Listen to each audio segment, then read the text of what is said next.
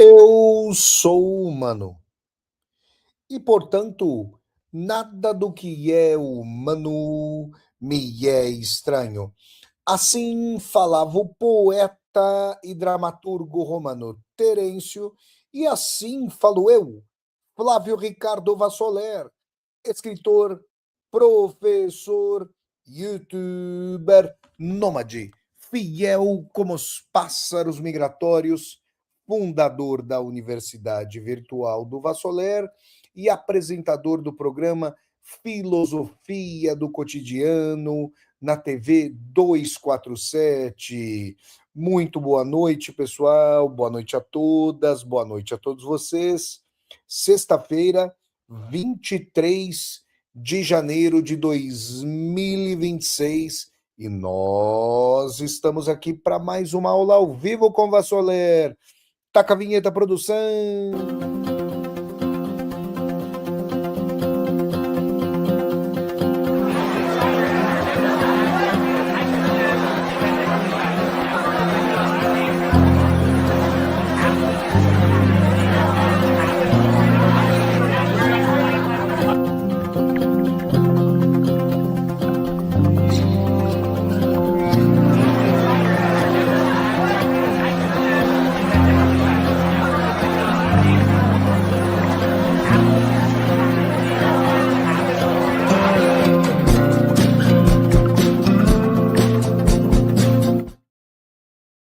Então vamos lá, pessoal.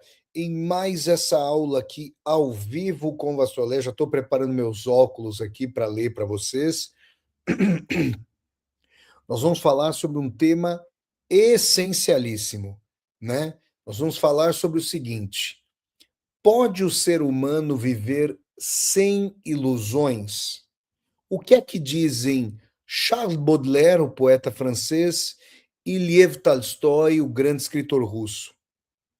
Esse é o tema de mais essa aula aqui ao vivo com Vassoler. Antes de mais nada, eu quero pedir a todas e a todos vocês que deem aqui um like no vídeo, que curtam o vídeo, que disseminem esse vídeo pelas redes sociais, para que nós possamos dialogar com cada vez mais e mais pessoas. Aqui embaixo do vídeo tem a tecla Seja Membro. Desculpem, gente. Tem a tecla Seja Membro.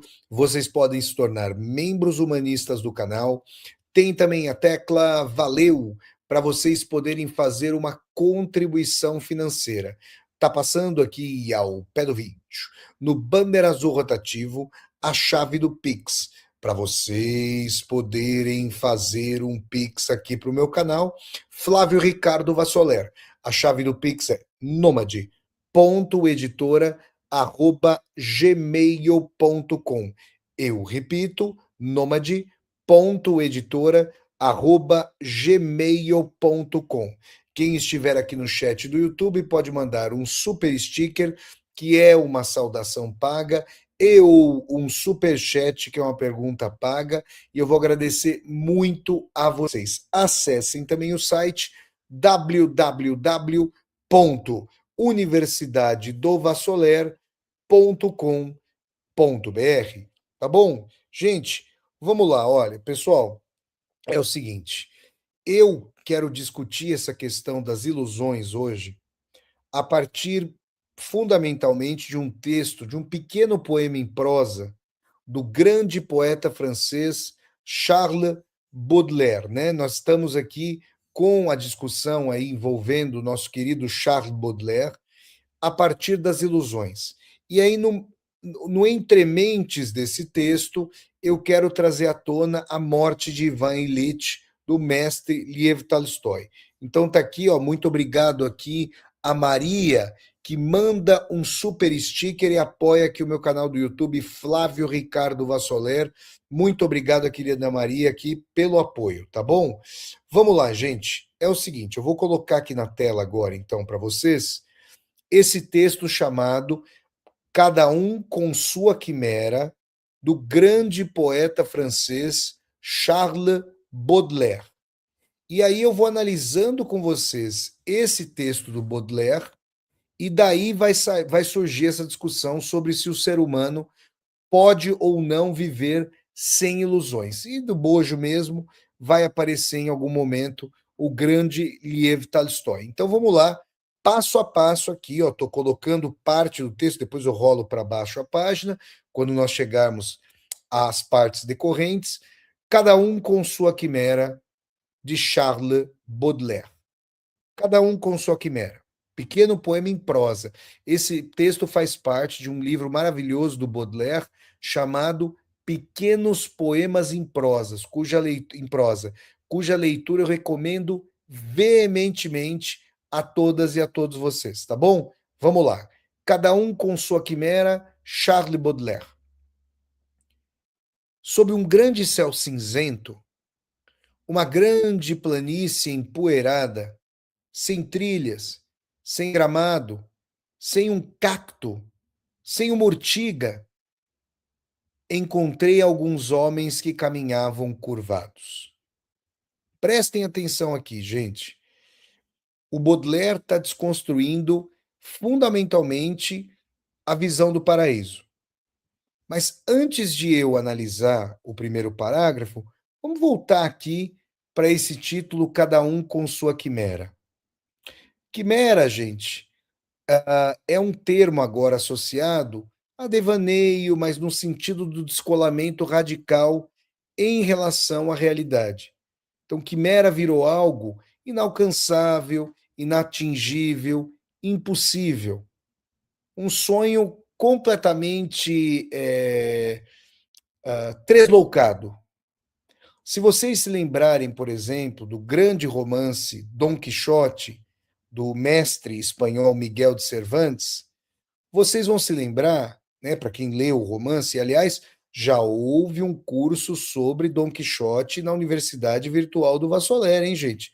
Quem tiver interesse em adquirir o curso, é só mandar uma mensagem para o Vassoler para vocês poderem adquirir esse curso sobre Dom Quixote, tá? Então é o seguinte, quem se lembra de Dom Quixote vai ter em mente que o Dom Quixote, no final do romance, tem completamente desconstruídas as suas ilusões quiméricas. A ordem cavalheiresca apodreceu, ele não vive mais sob o código de honraria da Idade Média, a Idade Moderna mercantiliza tudo, ele sequer chegou a conhecer a Dulcinea, a sua doce donzela, que era, na verdade, uma estalajadeira humilde, né, que era tida como uma figura elevada, mas era uma pessoa humilde, que não tira a sua elevação moral, mas socialmente ele a via como uma donzela nobre, e não era esse o caso. E o Dom Quixote, gente, falece.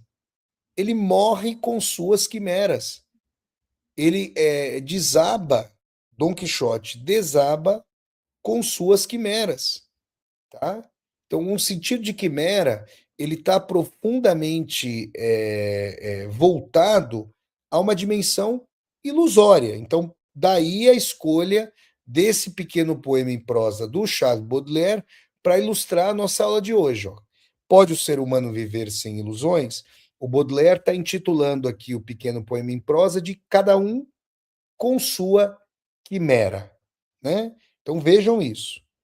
Aí, no primeiro parágrafo do pequeno poema em prosa, ele traz o seguinte: sob um grande céu cinzento. Gente, ó, quem está acompanhando aqui os vídeos das viagens de Vassoler na Polônia, sabe que muitas vezes tem céu cinzento aqui no inverno, temperaturas negativas, o Vassoler com casacão, com o rosto vermelho igual camarão e tudo mais, mas algumas vezes tem o céu límpido, é bonito ver isso. Né? O céu cinzento, fazer o quê? Eu estou aqui viajando, eu vou fazer o vídeo de qualquer maneira, seja com céu límpido, seja com céu cinzento. Mas claro que o céu límpido torna até a luz que chega até para a câmera a luz mais convidativa, mais aberta e tudo mais.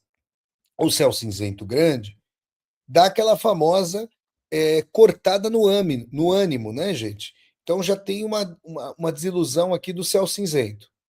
Aí depois tem uma grande planície, toda empoeirada. Pô, Vassolema, que porcaria de cenário que o Baudelaire tá pintando aí para nós. Vamos com calma que isso vai ser importante. Sem trilhas, sem gramado, sem um cacto, quer dizer, sem uma ortiga. Pô, mas não tem nada nesse negócio? O que é? Onde Judas perdeu as botas, onde o vento faz a curva, é lá na casa do cara, deixa pra lá, né? Na casa do K, é lá na casa do chapéu, vamos dizer assim. Pois é um local desolador, distópico, feio, empoeirado, sob um céu plúmbio, cinzento, plúmbio, cor de chumbo, mas cinzento. O que ele encontrou além disso? Alguns homens que caminhavam curvados. Pô, mas os caras estão curvados por quê? Eles não são bípedes? O que é? Tá todo mundo com reumatismo, com artrose? Estão curvados por quê? Estão vergados por algum fardo? O que está acontecendo? É uma imagem distópica. Onde é que poderia estar uma quimera aí? Onde é que poderia ter aí nessa imagem baudelariana uma esperança vã? Vamos lá, gente, vamos continuar. Segundo parágrafo aqui para nós, uma leitura com pente fino aqui do professor Flávio Ricardo Vassoler. Vamos lá. Cada um deles levava às costas uma enorme quimera, tão pesada quanto um saco de farinha ou de carvão, ou os apetrechos de um soldado romano. Essa imagem dos apetrechos do soldado romano é sensacional, né? Agora vocês achem vocês que o oficialato carregava alguma coisa? Que é isso, gente? Era só o proletariado ali do exército que carregava o que quer que fosse, né? Os demais, o oficialato carregava nada, né? O bando de parasita, como a gente sabe. Mas de qualquer maneira, então eles estavam curvados. Olhem a simbologia. Eles estavam curvados porque tinham cada um uma quimera nas costas, né? Uma quimera nas costas que os vergava. Cada quimera vergava. Olha que importante, gente. A quimera vergava esses homens e, portanto, eles estavam curvados. Vassoler, como assim? Como é que as quimeras, como é que as ilusões vergam as pessoas? Vamos pegar aqui um exemplo da minha época, da época de vocês, de quem tiver, vai, 35 para cima, vai. 30, 35 para cima. Os mais jovens já não têm a quimera do amor. Eu não sei se tem alguma quimera, os mais jovens. Acho que a única quimera, que é uma antiquimera, é o sonho da riqueza, de ficar rico em bets. Um horror, né? Deus que me perdoe. Mas vamos lá. A quimera do amor romântico, né? Vejam, pessoal, o amor romântico, ele não existe. Pode haver alguns momentos românticos? Pode. Mas na nossa época, então, afetos estão deixando de existir, que dirá o amor e que dirá ainda mais o amor romântico. Mas ele não existe, tal como essas cartilhas desprovidas e descoladas, desprovidas da e descoladas da realidade. Vejam só, importante. O que existe? As pessoas amam como elas podem, elas carregam as pedras e a dureza da sua formação e da sua deformação. Mas a quimera do amor romântico pode literalmente paralisar uma pessoa. A pessoa pode começar a conhecer uma pessoa aqui, outra lá, fala: não, você não é uma pessoa romântica o suficiente, você também não. Chega uma hora, gente, que ou a pessoa vai para o hospício e fica encalacrada na sua quimera, na sua loucura, ou ela vai ter que contrastar essa quimera com a realidade, vai ter o choque de realidade. Percebem, não? Então, isso é muito paralisador. Porque, assim, vejam, a pessoa pode dizer o seguinte: poxa, mas esse amor romântico não existe. Então, o que existe? Olha, gente, não é muito alentador, não, viu? Os relacionamentos não são lá muito alentadores, como muitas e muitos aqui já sabemos, né? Mas, de qualquer maneira, em face do que existe, a pessoa pode medir o que quer, o que não quer, o que é possível, o que não é possível, e assim por diante. Quimeras têm um papel sumamente paralisante, sobretudo quando justamente quimeras, porque são irrealizáveis. Agora, vamos lá, espera aí uma coisa, isso aqui é importante, hein? Vassoler, mas espera lá. Se nós estivéssemos agora em meados do século XIX, haveria no Brasil o horror da escravidão. Hoje tem um novo tipo de escravidão. Gente, hoje estão tentando lutar, tem tecnologia, acho que é um mote do Boulos que eu achei interessante e reproduzo aqui, do Guilherme Boulos, atual ministro aí do governo Lula. Tecnologia do século XXI com exploração do século XIX. Eu vi, inclusive, o Flávio Dino falando sobre isso. Nós estamos lutando para acabar com o horror da jornada 6 por 1. É o fim da picada. É o fim da picada. Agora vejam, em meados do século XIX, ainda havia o horror da escravidão no Brasil, que só acabou oficialmente no dia 13 de maio de 1888. Os abolicionistas poderiam ser tidos como quiméricos em meados do século XIX por propugnarem por um tipo de sociedade com trabalho livre e não com o horror do trabalho escravo. Mas graças a essa quimera que lutou para martelar o horizonte de opressão, a humanidade caminhou para mais inclusão, para mais emancipação. Isso vale para os direitos das mulheres, isso vale para os direitos da comunidade LGBTQIA+, isso vale para a classe trabalhadora, perceberam? Então, olha aqui a nossa querida Terezinha, aluna da Universidade Virtual do Vassoler, um forte abraço, manda aqui um superchat. Continuamos viajando e aprendendo na carona do ilustre timoneiro. Obrigado, querida. Um forte abraço para você, viu, querida? Aqui de Cracóvia, na Polônia. Então vamos lá, sul da Polônia. Amanhã de manhã tomo o ônibus em direção a Tarnów, onde, se Deus quiser, eu vou encontrar ancestrais do meu pai Tadeu. Parece que ainda tem parentes. Parece não. Ainda tem parentes nossos vivendo lá em Tarnów. Depois eu retrato isso para vocês, tá? Forte abraço aí. Vamos lá. Então, dizer que as quimeras são totalmente paralisantes também não é verdade. Porque se você, vejam, a realidade, em boa medida, está se tornando irrespirável. Nós temos um nazista um nazista na presidência dos Estados Unidos, o Donald Trump. É a figura mais abjeta da nossa época. E esse cara fica aparecendo a torto e à extrema direita, falando, desculpem o termo que eu vou usar, mas não tem outro, defecando as coisas que ele diz, né? Esse dejeto, essa figura abjeta que é o Donald Trump, esse nazista, falando o que ele fala, e nós temos medo de guerra mundial, terceira guerra mundial, aí tem aquecimento global, aí tem o risco dos empregos, do fim dos empregos, da destruição dos empregos.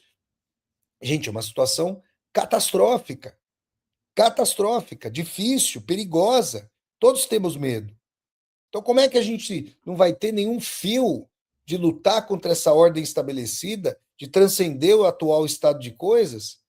Não dá. As pessoas buscamos, gente, dimensões de esperança. Ninguém aqui acordou hoje de manhã, apesar de ser sexta-feira, quando o pessoal não trabalhava no sábado, a sexta-feira, eu lembro que eu aprendi isso aí 30 anos atrás, o TGIF. TGIF, no curso de inglês. Thank God it's Friday. TGIF. Obrigado a Deus. Hoje é sexta-feira, né? Hoje é o dia mundial da felicidade, né? Para ter o final de semana para descansar, para ficar mais junto com a família, com os amigos, amigas e tudo mais. Então, temos que olhar dialeticamente a noção de quimera. É paralisante por um lado, mas sem ela também é paralisante por outro. Ô, gente, desculpa aí, gente. Saúde aí para o Vassoler. Vamos lá. Então, tem uma dimensão aqui dialética da quimera. tá? Mas continuemos aqui, ó. Eles estão vergados pela quimera, cada um no deserto baudelairiano aí, no deserto, nessa desolação baudelairiana aí. Aí vamos lá. Mas a monstruosa besta, ou seja, a quimera, não era um peso inerte. Ao contrário, ela envolvia e oprimia o homem com seus músculos elásticos e potentes. Ela agarrava-se ao peito de sua montaria, com suas duas vastas garras, e a cabeça fabulosa sobrepunha-se à fronte do homem, como um desses capacetes horríveis com os quais os antigos guerreiros esperavam aumentar o terror dos inimigos. Ah, olha só. A quimera, gente, ela não é apenas e tão somente, né, um peso que fica parado. Na verdade, ela é um verdadeiro filtro a mediar a nossa visão do mundo, a nossa forma de nos relacionarmos com o mundo. Uma pessoa, por exemplo, que está envolta numa doutrinação, num fanatismo, olha, pode ter Deus, pode não ter Deus, pode ser a extrema direita, pode ser a extrema esquerda, tá? Pode ser uma crença redutora desse corporativismo neoliberal, sei lá, o horror que for, tá? A pessoa não tem essa quimera avergando como se fosse pura e simplesmente uma coisa externa. Essa quimera faz com que a pessoa balize quem está ao seu redor, seus inimigos, de quem se afasta, como vê o mundo, como se relaciona com o mundo e assim por diante. Nesse exemplo do amor romântico paralisante que eu dei a vocês, a pessoa fazendo cobranças para si e para outrem irreais, pode chegar a uma situação, gente, em que não consiga partilhar nenhum afeto. Porque nada, muito provavelmente, aliás, efetivamente, vai corresponder a esse amor de pedestal. Por exemplo, você pega lá o nosso querido apóstolo Paulo, pregador do cristianismo, né? O Paulo tem passagens na Epístola aos Coríntios que são muito bonitas sobre o amor. E parece uma piada o que eu vou falar agora. Por um lado mas por outro não é. Ah, o amor é paciente, o amor tudo respeita, o amor isso, o amor aquilo. Eu pergunto para vocês, o apóstolo Paulo foi casado? Não foi, por isso que ele diz isso. Todas as pessoas aqui que já foram casadas ou que são casadas sabem que tem hora que a vontade de se virar e falar: Meu, quem é essa pessoa que está aqui do meu lado? Quem é você? Eu não te reconheço mais. Amor, eu não estou falando de paixão juvenil, narcísica. Amor é comer. Hoje aqui, ó, eu saí aqui de Cracóvia, peguei um trem, fui para Venitska e entrei numa formidável mina de sal. Nas minas de sal aqui, perto de Cracóvia, coisa de meia hora de trem. Eu me lembrei da minha amada e sábia vó Antônia, Antônia Ângela, que faleceu dia 27 de outubro desse ano de 2026, vai fazer 30 anos do falecimento da minha saudosa e amada avó Antônia, que Deus a tenha, em bom lugar. A minha avó Antônia falava: Meu filho, se você quiser conhecer uma pessoa, é só comendo um saco de sal junto com essa pessoa. Aí você vai falar: Pô, vó, mas um saco de sal demora para acabar. Mas não é só o sentido de que demora para acabar, que tem que passar por refeição. O sal é gostoso de comer, sozinho, puro, temperando o alimento, maravilhoso, quando colocado, quando posto no sentido preciso. Mas do contrário, é amargo, é ruim, não é isso? Então, mas come um sal, porque você sofre com a pessoa, você vê quem a pessoa é. Quando a gente tem que renunciar às coisas, quando a gente tem que deixar de ser egoísta para pensar nos outros, para pensar no nós, aí é que a faceta da pessoa se revela. Então, vocês percebem? Quer dizer, um amor romântico paralisa, por quê? Porque na vida real, gente, a vida é dura. A pessoa está de saco cheio do trabalho, a pessoa está cheia de pressões, aí pode haver uma cobrança demasiada de um lado, e como é que a pessoa responde a isso? Percebem, não? Agora vamos lá. Continuando aqui a nossa leitura, ó. A gente já leu, então vamos lá, ó. Aqui, ó. Continua aqui o nosso querido Charles Baudelaire, ó. Deixa eu abaixar um pouquinho, porque o logo aqui tá batendo, né? Então, aqui, ó. Pronto, agora acho que vai estar tudo certo. Tá tudo certo, ó. Aí continua o texto do Baudelaire. Prestem atenção. Ah, o logo tá batendo ainda. Então, vamos baixar mais um pouquinho. Pronto, agora foi. Agora vai. Agora vai. Pronto. Questionei um desses homens. Então, tem um narrador aqui. O texto está em primeira pessoa. Aliás, é isso, narrador personagem, em primeira pessoa. Questionei um desses homens e perguntei-lhe. Até agora, esse narrador aí está olhando para a desgraça alheia. Será que é um vencedor ele deveria ler o Machado de Assis, né? Ao vencedor as batatas. O que é? A desgraça é só alheia? No dele não arde nada? Pimenta só no dos outros? Vamos ver. Questionei um desses homens e perguntei-lhe para onde iam assim, vergados, com a quimera nas costas, nessa desolação toda. Ele me respondeu que de nada sabia, nem ele nem os outros, mas que evidentemente iriam a algum lugar, pois eram impulsionados por uma invencível vontade de andar. Gente, nossa senhora, aqui nós temos, se for pegar o conceito de alienação do trabalho, nossa senhora, a pessoa não sabe o que faz, por que faz, como faz, para onde vai o fruto da riqueza do trabalho, mas por sobrevivência e por colonização ideológica vai lá e reproduz a sociedade tal como ela está colocada, né? Aqui também, né? Quando a gente pensa, por exemplo, no conceito freudiano de neurose, olha, em certa medida é até parecido com a noção espírita de encosto. Quer dizer, um vampiro que suga nossas energias, nos transformando numa marionete que é levada para lá e para cá. Quer dizer, o Freud falou que o ser humano não é senhor nem da sua própria casa psíquica, tá? Então esses caras estão andando, não sabem por que estão andando, não sabem para onde vão, porque eles estão tomados. Quem é que sabe? Essa ilusão. Eu entro nas relações, com o exemplo do amor romântico que eu dei a vocês. Eu entro nas relações esperando a cumplicidade absoluta e eterna. Não vai encontrar isso. Não existe isso, tá? O que existe para as poucas pessoas, para os pouquíssimos e raríssimos casais que se amam, a maior parte dos casais não sabe o que é amor. Aliás, a maior parte das pessoas tem pouquíssimo amor para dar, mal ama a si própria, finge que gosta de si própria, mas na verdade tem um desprezo muito grande por si, como o mundo nos despreza em enorme medida. A maior parte das pessoas com egoísmo contumaz, querendo falar e não sabe ouvir, né? Quer atenção, mas não tem para dar, mas quer para si, né?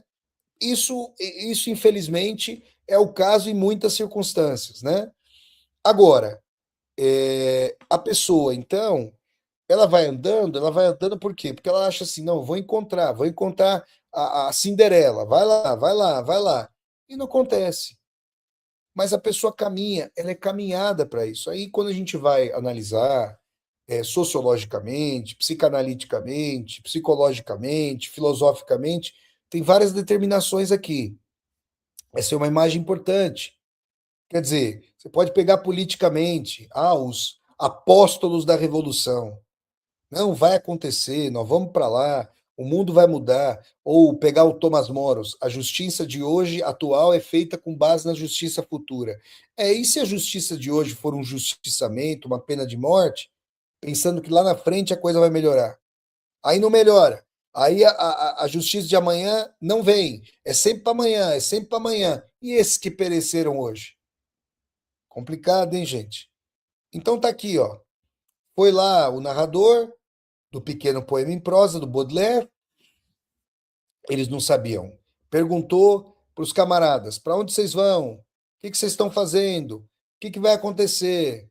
Não sabem. Só que ele tinha uma vontade de andar. Por quê? Porque a sua energia era sugada por essa quimera. Vocês sabem, gente, quando a gente descobre em análise, ou com a vida, no contraste com a vida, que a gente foi vítima de uma quimera, que a gente estava na cela da qual nós mesmos éramos carcereiros e carcereiras, uma primeira reação é falar: meu Deus do céu, que vergonha eu tenho de ter padecido desse mal, dessa prisão.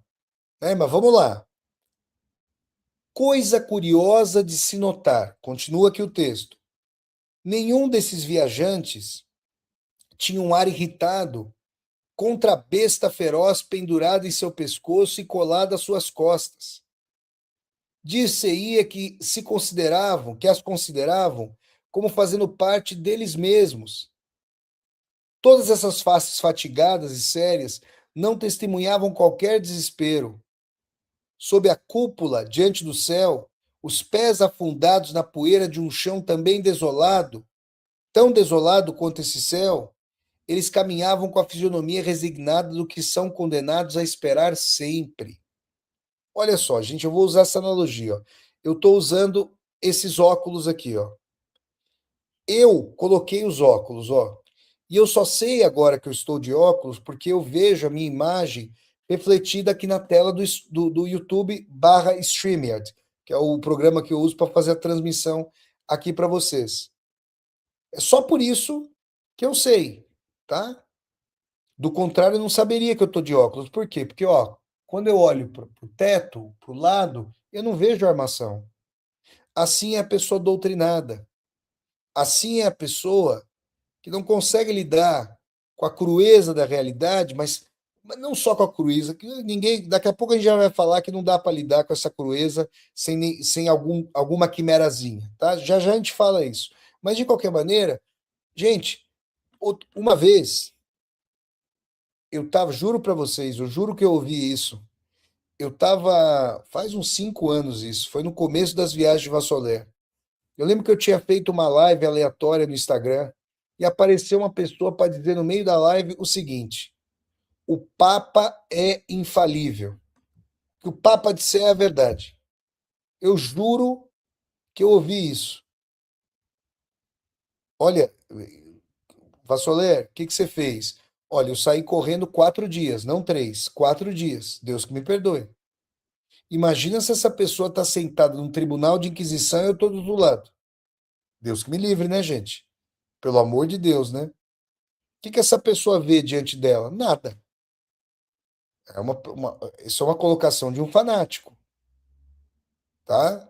A mesma coisa os stalinistas fizeram na extrema esquerda, os hitleristas na extrema direita, aqueles que jogaram, os estadunidenses criminosos que jogaram a bomba em Hiroshima e Nagasaki, eles não conseguem ver o que está acontecendo.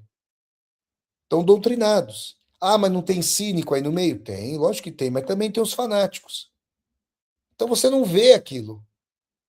O Capitão Nascimento, do Tropa de Elite, era um fanático no primeiro filme, no Tropa de Elite 1. Só que ele se mostrou, mesmo numa instituição fascistizada, como era a instituição de que ele fazia parte, o Capitão Nascimento, que do Tropa de Elite 2 virou Coronel Nascimento, se mostrou não fanático. Por quê? Qual que é a prova? Qual que é a prova da permeabilidade do fanatismo que pode ser superado? Quando a realidade mostra que tanto bater água mole em pedra dura, tanto bate até que fura. Quando a realidade não corrobora as premissas simplórias, simplistas, daquele que tem muito mais certezas do que dúvida.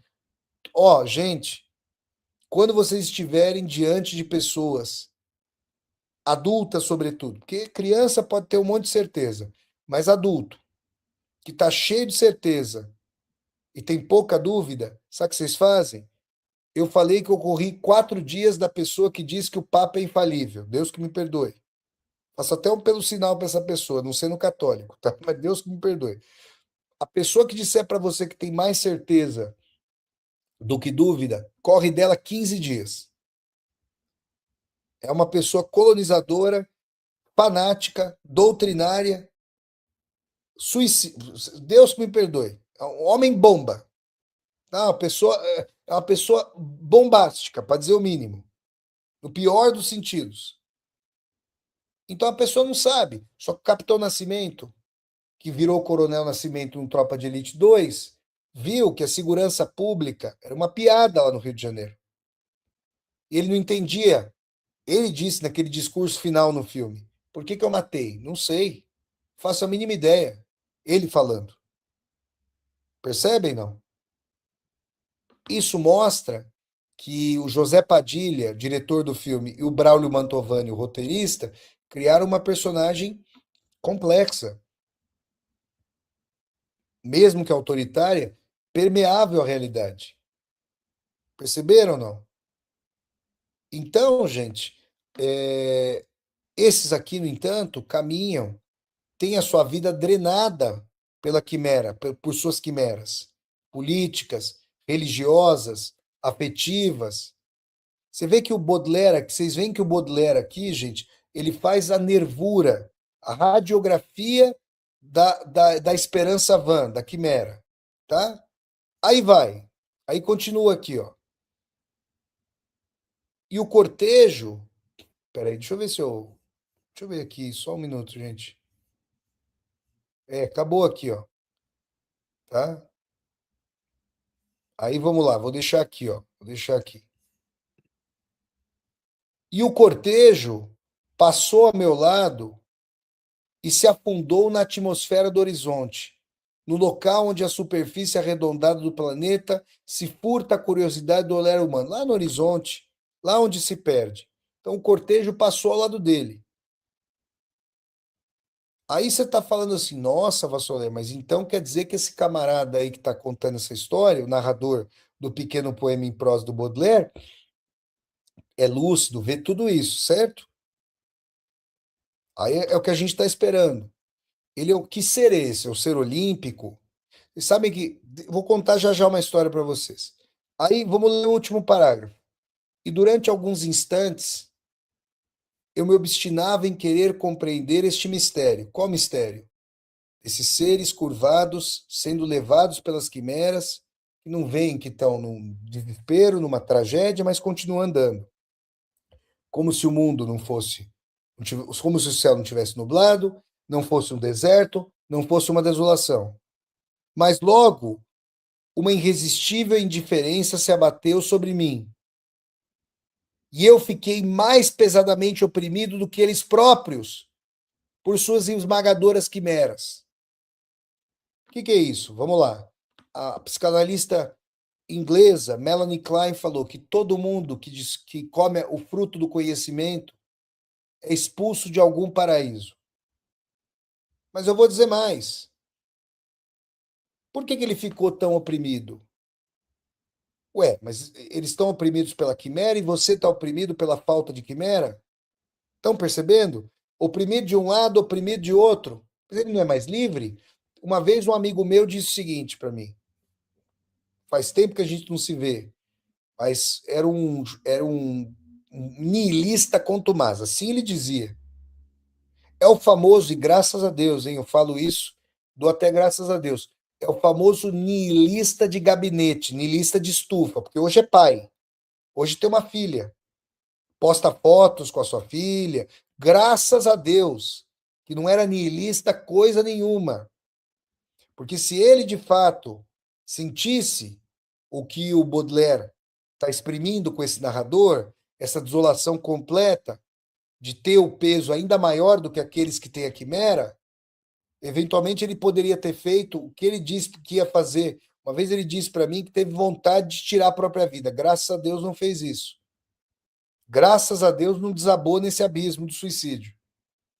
E hoje é pai. Hoje esse cidadão, ele tenta provar que sendo pai ele foi niilista. Olha, gente, tem gente que quer dar, tem gente, olha, isso é fanatismo, né? Tem gente que quer dar cambalhota hermenêutica, interpretativa, para justificar aquilo que supostamente defende. E que bom que não defende as últimas consequências, senão teria ido embora, né?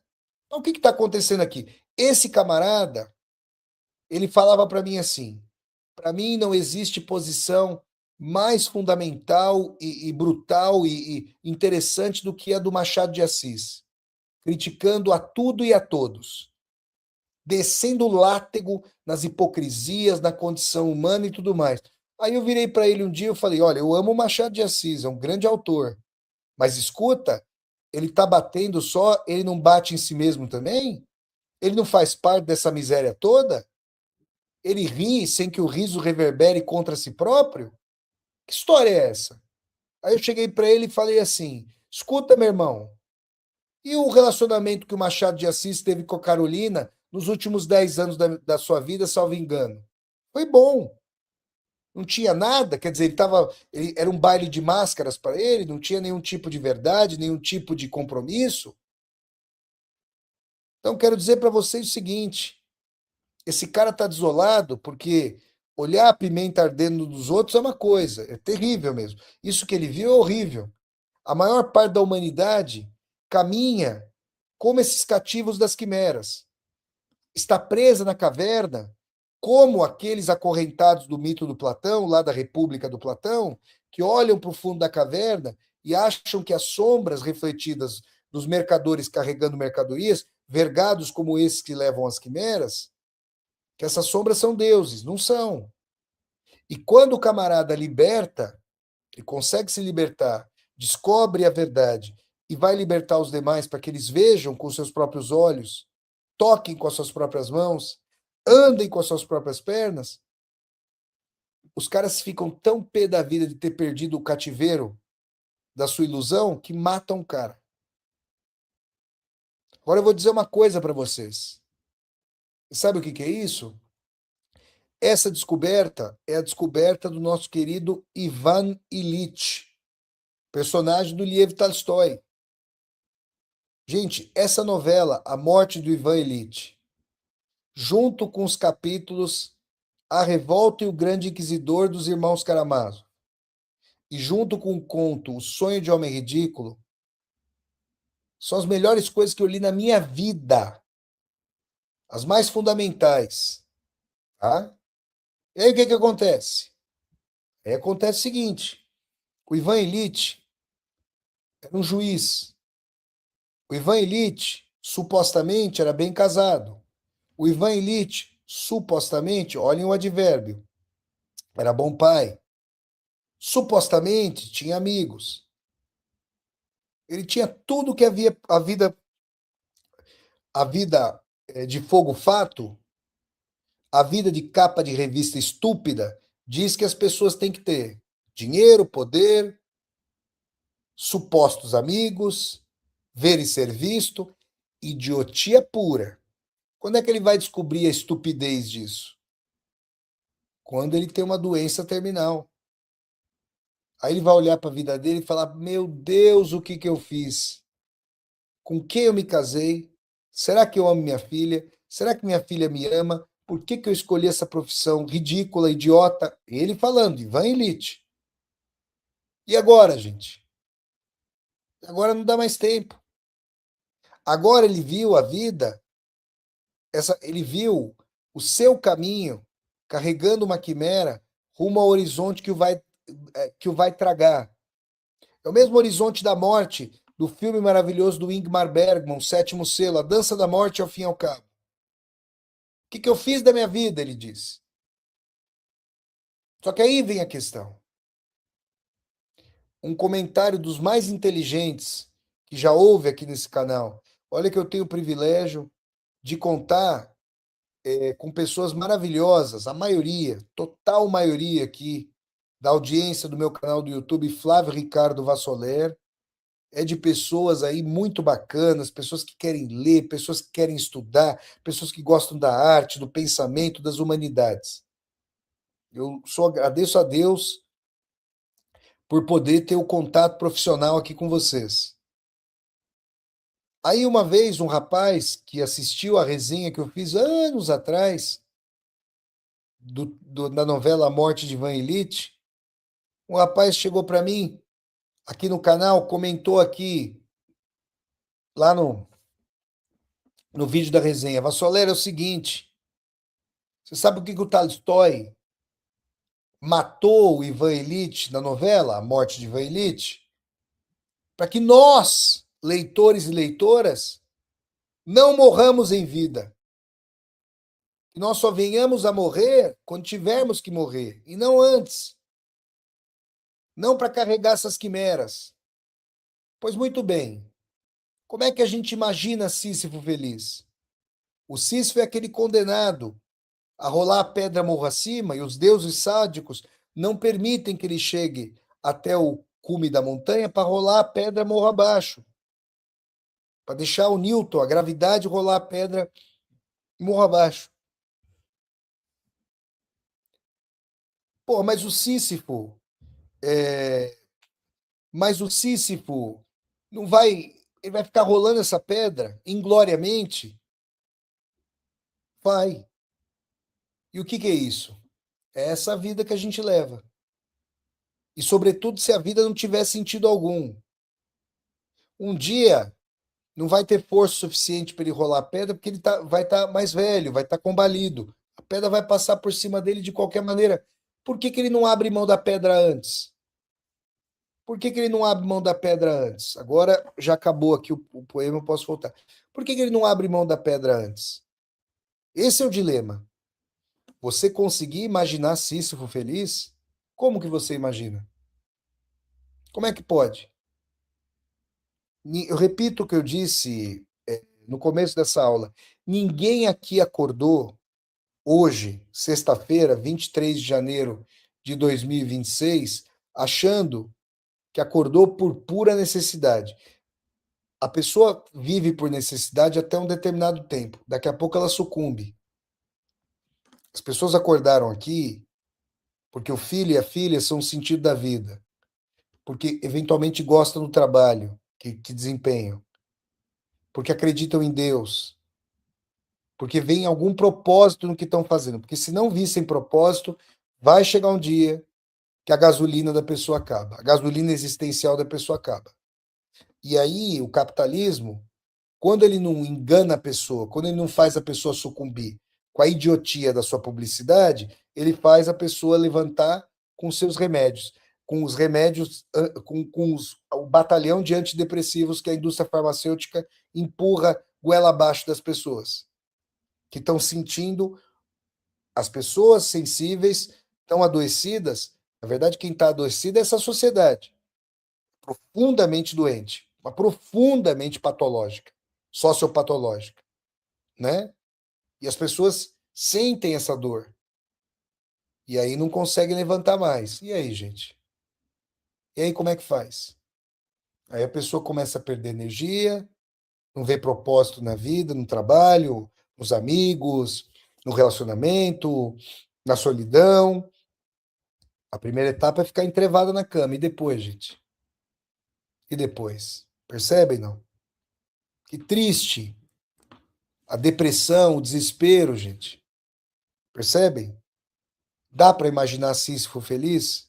Vocês veem que a desolação desse narrador do pequeno poema em prosa, a desolação do Ivan Illich, é uma desolação da sem-saboria da vida, das quimeras, das ilusões, e ao mesmo tempo, e ao mesmo tempo, da noção de que é preciso encontrar sentido para viver. Ninguém vive apenas porque está vivo. Ninguém aqui, gente. Ah, com todo respeito aos animaizinhos, os animaizinhos não têm ciência de si. Nós temos. E temos ciências de nós e da finitude, se é que ela existe. Eu sou um infinitista, por exemplo, como espiritualista. Então, pode o ser humano viver sem ilusões? Não, não pode. A dialética que beira, na verdade, vai para o paradoxo, é que as ilusões são ao mesmo tempo paralisantes e impulsionantes. São paralisantes na medida em que descoladas completamente da realidade, mas são impulsionantes porque, em alguma medida, eu preciso de algum grau de embriaguez para estar nessa vida. O Jean-Paul Sartre costumava dizer o seguinte: olha, depois de certas vivências, entrar num relacionamento requer um grau de loucura. O que que é essa loucura? A pessoa querer uma partilha, sabendo a dificuldade que é. Né? Muitas vezes, o que as pessoas, a maioria das pessoas, sobretudo os jovens que entram em relacionamento, não, eu quero felicidade. Vão daqui a pouco descobrir que herdaram muito mais a bucha dos outros do que felicidade. Mas, ao mesmo tempo, o entretecimento de uma costura conjunta, bonita, de partilha, de oferenda, é maravilhoso para quem consegue, né? Para quem tem a paciência, né? Para quem consegue perdoar, para quem faz ouvido moco para um monte de alfinetada que as outras pessoas dão e assim por diante. No relacionamento você tem que ter o ouvido moco. Ouve algumas coisas, não ouve outras. Se ouvir tudo, não tem guerra e paz. O título da história é Guerra e Guerra, né? É guerra e guerra. Perceberam, gente? Tá claro aqui para vocês? Então, o Baudelaire, ele não apenas criticou aqueles que caminham pela quimera. E aquele a quem falta a quimera. É possível viver? É possível? Tá no lugar olímpico, tá num pedestal, imune às fragilidades humanas, mas quem que é esse camarada? Deus? Não, não é Deus, né? Perceberam ou não? Então, gente, eu quero agora, para arrematar essa nossa aula aqui com o Vassoler, opa, eu quero fazer agora para vocês, deixa eu colocar aqui para vocês, pronto, eu quero fazer um convite encarecidíssimo a todas e a todos vocês. Falamos de Baudelaire, falamos de Lev Tolstói e agora falaremos de Fyodor Dostoiévski. Pessoal, não nesta terça-feira, na próxima, dia 3 de fevereiro de 2026, a partir das 8 horas da noite, eu vou ministrar uma aula especial e 100% gratuita. Eu vou repetir: especial e 100% gratuita sobre a obra fundamental Recordações da Casa dos Mortos, essa obra-prima do mestre Dostoiévski, que é, e aqui fala o Vassoler, que é especialista na obra Dostoiévski, que passou mais de 10 anos da iniciação científica ao pós-doutorado, no Brasil, na Rússia e nos Estados Unidos, estudando Dostoiévski. Essa obra é a porta de entrada para a obra de Dostoiévski, Recordações da Casa dos Mortos, tá? Então é o seguinte, vamos lá, quero explicar a vocês. Essa aula que eu vou ministrar, ela vai ser especial, porque ela não, olhem o advérbio de negação que eu estou usando aqui, não vai estar disponível aqui no meu canal do YouTube abertamente. Ela só vai estar disponível para as pessoas que nela se inscreverem, tá? Você precisa se inscrever para assistir a aula que será gratuita. Ninguém vai precisar pagar para assistir a essa aula, tá? Especial e 100% gratuita. Essa obra é a porta de entrada, Recordações da Casa dos Mortos ou Escritos da Casa Morta, é a grande porta de entrada para a obra de Dostoiévski, porque na Sibéria, como prisioneiro político, por ter feito parte de um grupo revolucionário, Dostoiévski afiou as facas para a percepção da condição humana e criou uma fusão entre psiquismo e grandes ideias epocais que desembocaria, essa fusão desembocaria nas grandes personagens dos gigantescos romances pós-siberianos de Dostoiévski. Crime e Castigo, Romance o Idiota, Os Demônios, O Adolescente e Os Irmãos Karamazov. Sem falar no Sonho de Homem Ridículo e Memória do Subsolo. Vassoler, eu quero me inscrever, Vassoler. Como é que faz para eu me inscrever nessa aula especial e 100% gratuita sobre recordações da Casa dos Mortos? Então vamos lá. Vocês estão vendo o link que está aparecendo aqui embaixo na tela, o link para inscrição? Esse link está no chat do YouTube. Ele está na descrição desse vídeo e estará no comentário afixado sob este vídeo. É só vocês clicarem nesse link e vocês vão ser levados e levadas para a página de inscrição, tá?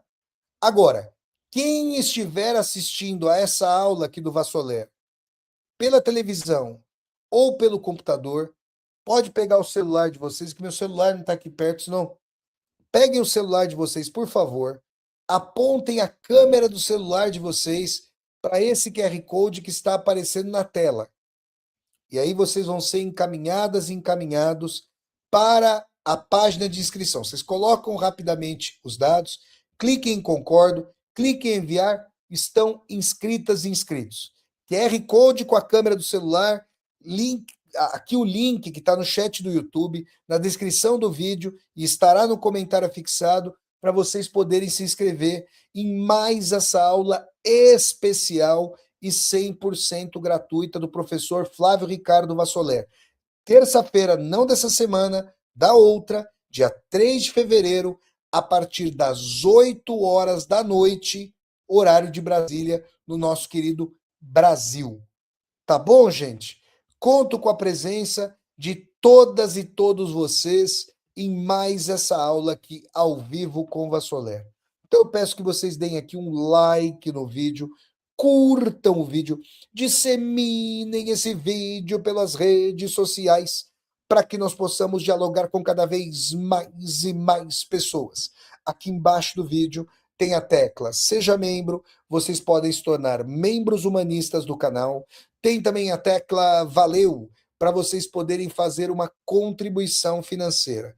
Está passando aqui ao pé do vídeo, no banner azul rotativo, a chave do Pix, para vocês poderem fazer um Pix aqui para o meu canal, Flávio Ricardo Vassoler.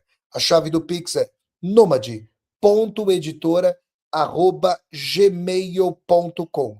Eu repito, nomade.editora@gmail.com. Se inscrevam aqui no canal e toquem a sinetinha para vocês poderem receber as notificações.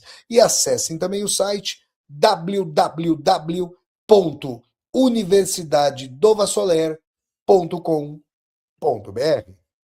Finda mais uma aula com Vassoler. Taca a vinheta, produção!